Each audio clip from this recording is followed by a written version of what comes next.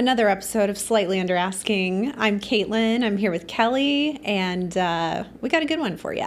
We're getting woo-woo today. Yeah, I love getting woo-woo. Yes. Okay, so on a few episodes ago, I don't know, this was like a while, probably back in the beginning, when I said that you get into entrepreneurship and all of a sudden you realize that you need therapy for your childhood trauma, because all of a sudden you're like, why do I have so many barriers? And it stems from like a deep place. Yes. But one of the things that I think is most common that we see across entrepreneurship everywhere, my sister-in-law is just kind of started her journey in a different industry and has expressed similar feelings to me that I've experienced and like seen in our industry, is that scarcity mindset. Yes.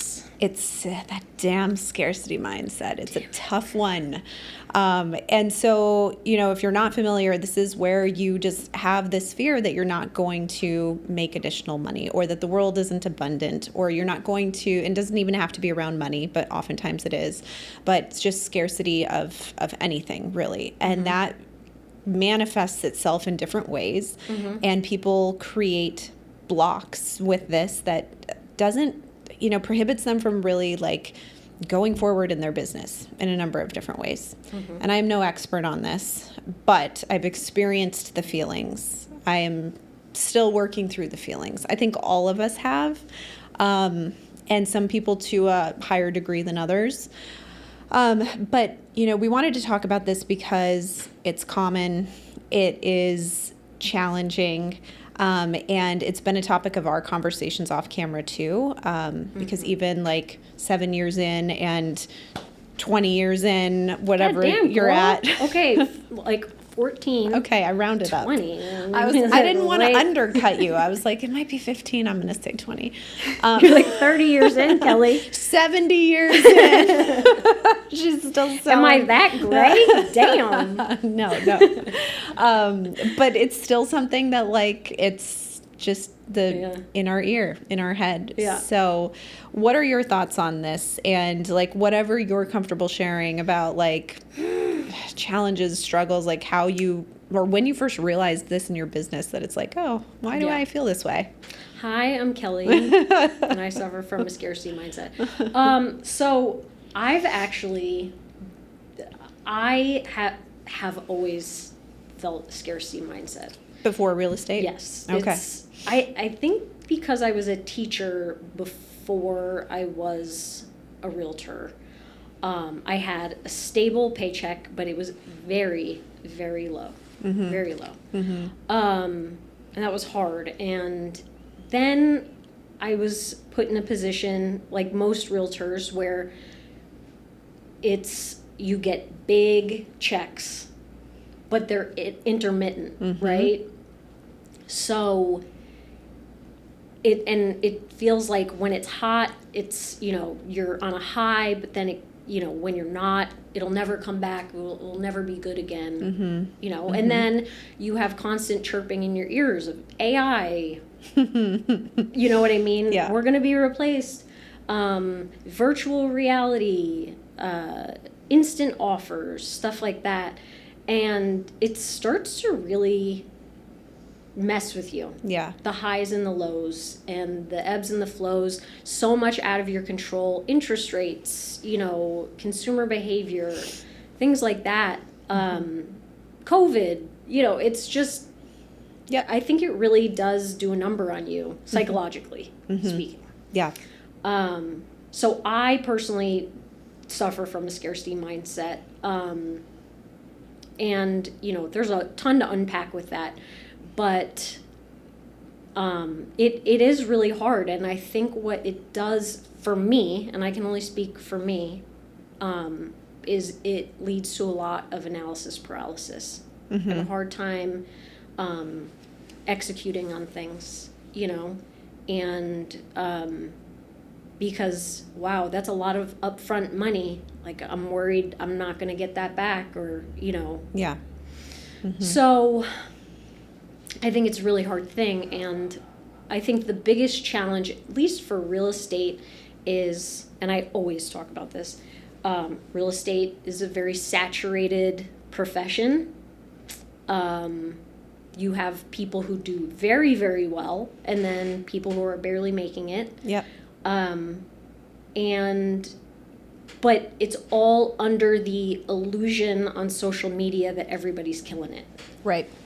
So nobody's truly being honest about, one, their feelings, two, where, like, if they're really doing that great or if they are giving that illusion of doing great. And I don't think this is a new thing with social media, because I remember, it's funny, back I think in the 90s, there was always like the realtor in town, and the realtor car was the Lexus. Mm-hmm. You know what I mean? Because they had to give the illusion that they were doing great. Some of them I'm sure were, Mm-hmm. you know, but I think there were equal, or actually significantly less amount of people that weren't. Mm-hmm. So, and I just think that money in general is very taboo. You're not supposed to talk about it. You're not supposed to be transparent about it. And real estate in general is kind of a lonely profession. Yeah. So you have to find your tribe that you can talk to about it. Yeah. Oh my gosh, so many things you said there that were like are so many different offshoots of like where Blowing this comes your from. fucking Yeah. mind. I know. Give me a mic, girl. It's but it's a lot. Like, I bet you hit on so many points that people feel. And I've gone through the ups and downs with all of those in different times. Yeah. And like, I think you talked about like comparison factor, right? Mm-hmm. Which we've talked a little bit about, like with social media, that's just like in your face 24/7. And then obviously scarcity, just a business, scarcity of money. All of those things are really hard to deal with in our industry in particular, but entrepreneurship in general, I think. And how it kind of puts you, like, I know for me personally, when I do start getting into that mindset, and my husband even recognizes this in me, is like I get into more of like a spiral of like, I don't want to do anything. Like, I don't want to call it a depression, but it's like, I'm not motivated in my business because I'm not getting a lot of like throw movement. in the towel kind of thing. Yeah. For momentarily. I need the momentum to, business begets business. So like when something slows down, then I kind of like close off and I get, just negative about like my business and my future and more scarcity mindset. But then when I'm, things are coming in and we're busy, then like I'm on top of the world, right? And like I can be very positive about everything. So it definitely ebbs and flows.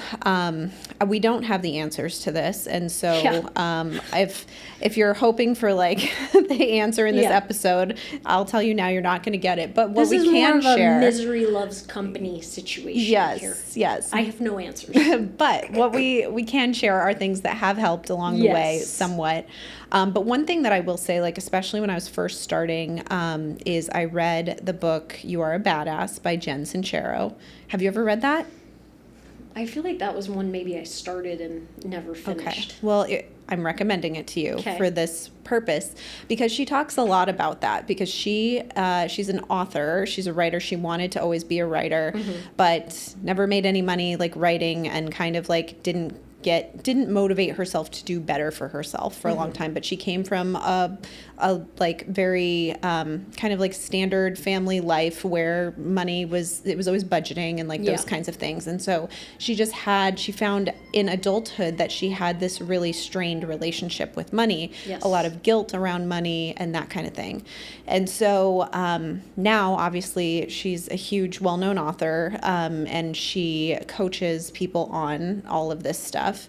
So she wrote a book called You Are a Badass, and some of it is woo-woo and it is about like the universe, but it's kind of like, if you know, what's his name? One of the first writers of this type of woo-woo stuff, his name starts with an N. Napoleon Hill, is that his name? Oh yeah, is that Field of Diamonds? Maybe. Right, Maybe that Fields one of too. Diamonds? Acres of Diamonds? Oh, I don't know. I haven't read that one. We're probably talking about Oh God, the name of the book is on the tip of my tongue. No, not Acres of Diamonds. We looked it up. like James Patterson. No. Napoleon Hill's Think and Grow Rich. Okay, so he was like one of the first people to start writing about like the power of your mindset. Yeah. And this was like in the 1920s or 30s or whatever. Mm-hmm. So Jen Sincero's book really is like a compilation kind of like all the research that she's done from like Napoleon Hill and people like that over years and years and years, read all of their books. She did her own kind of like money therapy type stuff and kind of got herself out of this hole. And then this book is about that. So her second book is called You Are a Badass at Making Money. And so then it's like really focused on the money piece of things. Mm-hmm. But there's so much that comes with it because there's the scarcity mindset, which is one thing. And then there's also the side of it that is like the guilt around money, which yes. can be like super common in our industry because when you get a $10,000 check, like you're like, holy shit, you know, like, did I even earn this? Like you could be asking yourself that. And then sometimes you're like, this should have been $20,000. Yeah. Like, I got shafted here. That was so hard. But then, there's that like, oh my God, did I deserve this? And then how do you like value your time and ask mm-hmm. for money and like, feel worthy of being paid that? And then there's the side of things that we were like just talking about with Lisa briefly too, of where she was talking about like the work ethic in our, in our culture and like, you have to work hard to make money. And that's kind of like what's been ingrained in us. Yeah. And then we have so many ways to leverage nowadays that like, if you're not working hard, and I'm like speaking personally here, what I discovered about myself is, if I'm not like killing myself or feeling stressed out, I almost don't feel like I deserve to make money. You know what I mean? Like money doesn't flow. Right. And therefore, like I realized that I was robbing myself of leverage and growth because I was I was like self-sabotaging. I was making everything harder for myself so that I felt like I could deserve the money that I was making, and it took me, 6.5 years in this industry to like realize that was a pattern that I had. Yeah. So gosh, there's so many things, but Jen Sincero's book. So if you're, if this applies to you, and I'm telling you, Kelly, you should read that. That's a really great starting point because she's got a lot of tools and kind of like a breakdown on like why we feel and think this way. Read that. Yeah. So I have made the decision to, and if you follow me on Instagram, I like very briefly touched on it because I was doing a temperature check because I was like, is this just like a me thing or do other people feel this way? Because again, you can't really like talk about it. I mean, I talked to you about it. I talked to my friend Misty about it. But like a lot of times people, this isn't a conversation I'd feel comfortable having, or at least I wouldn't have in the past. Now, I think I've kind of reconciled that this is just, something I deal with. But I very serendipitously came across, because I originally Caitlin was the one who said, like, maybe I should talk to someone about it, like a counselor or therapist, because I notice it affects me deeply. And it affects me personally and professionally. I see it in both aspects of my life. So you were the one who originally said, oh, you should talk to someone about it. And I didn't even think like anyone like that existed. So I'll kind of give you like the very fast version of how this woman came into my life. I mentioned at a mastermind to my friend, another agent, Trenna, that you had said, the topic of, kind of the market and things are slow right now and blah, blah, blah. So I mentioned it in passing to another agent friend of mine, Trenna.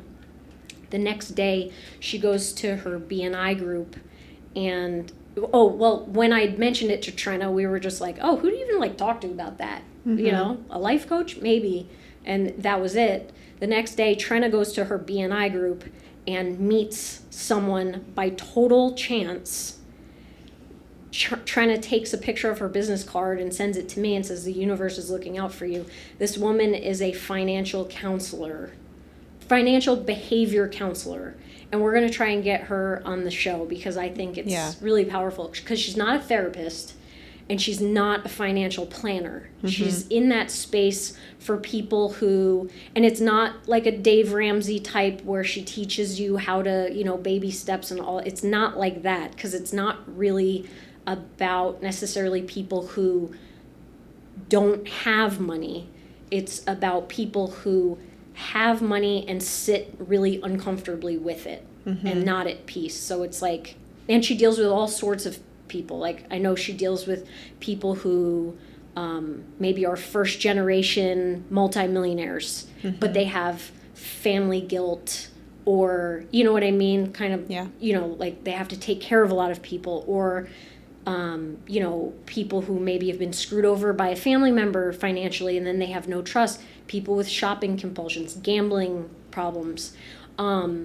So it's so multifaceted, but so I had my first session with her, and like instantly it was just like the perfect amount of woo-woo for me, because truly I don't think it's all logical. Sure. I mean, as much as money is a numbers game, like invest X and it will compound to Y, but it's also very deeply ingrained in us, like how we spend it, how we look at it, how we treat it, how we're steward of it.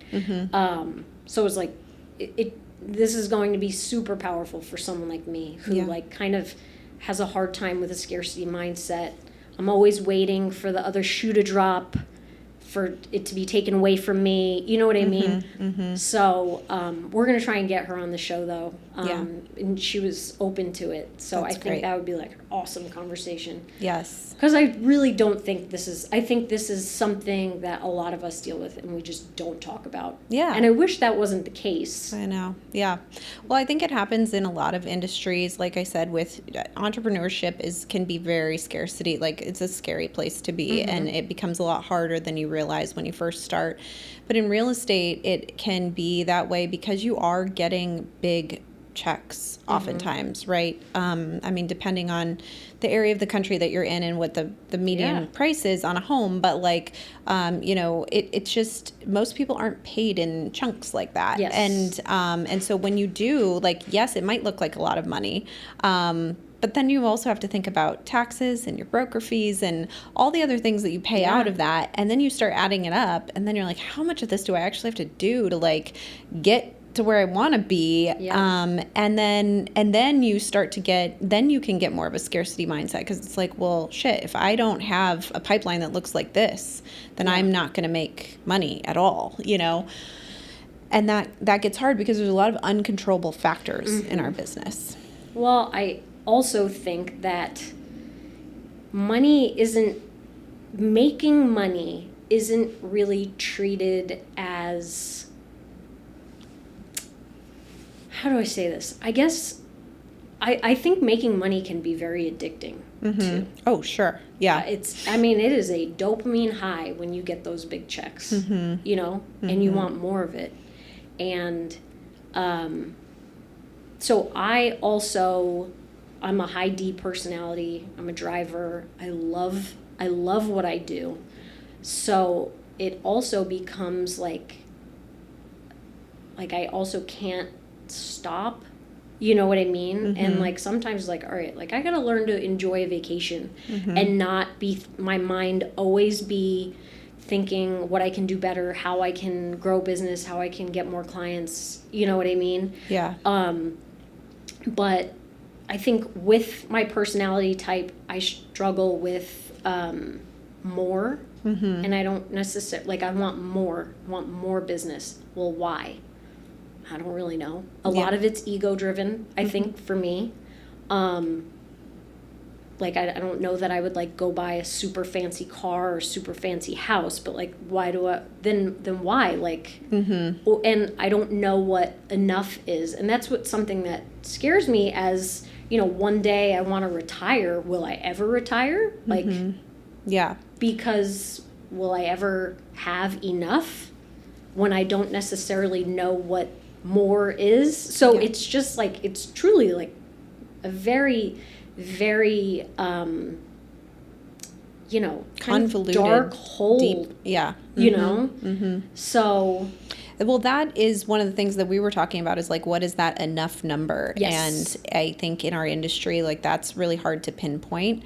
Whereas in the corporate world, like, you may have a particular salary you want to achieve that would come with a particular position within a company or an industry, and you can strive for that. And when you get there, like, you may feel a little bit more comforted because there is somewhat of a ceiling in corporate, right? Maybe not financially necessarily, but there's levels that you're getting to. But in our industry, it's like, oh my God, like, where do you stop? Yeah. Where do you stop? Is it a commission number? Is it having multiple businesses or lines of or streams of income, which we've talked about many times, of just like all the different ways agents can make money these days. So how do you? It gets addicting. It can get somewhat out of control depending on, like, if you aren't really keeping tabs on, like, what's the goal here. That, I think that's it. Yeah. And like finding your why, you know? And I think finding your why is a little bit harder than people give it credit for, because it's so hard. Like, for me, like, of course my family is my why. Right. That goes without saying. Yeah. But my why beyond that, I think, is a little bit harder to pinpoint. Yeah. You know? I hate that question, if I'm being honest. I hate that question too. It's like, it's too broad. It's too hard. Like, I don't know. I think there are people who can answer that question really well because they're working in their absolute passion of, maybe helping disabled children or something that, like, is super deep, super passionate and great to be doing.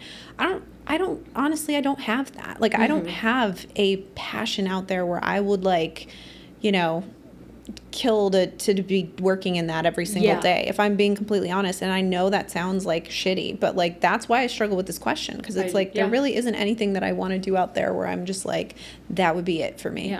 I don't have that. More, enough, and why. It's like, I don't know. It's too ambiguous. Existential, and I'm like, I know. I think I kind of look at it too, is that, like, I'm just on a journey. Like, I don't know.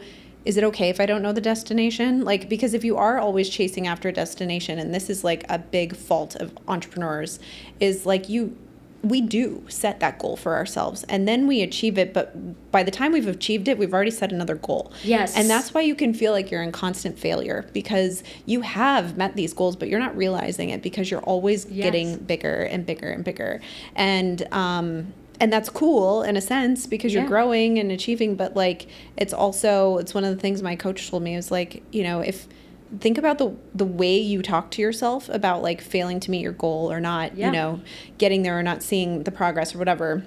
And, like, if someone else was saying those things to you, that probably wouldn't be a very good friend to be around, right? Like, that is probably not someone you would want to hang around. And yet you're here saying that stuff to yourself and not even realizing, like, that a year ago, this actually would have probably been a big deal. You've just shifted your goal. You've expanded your world.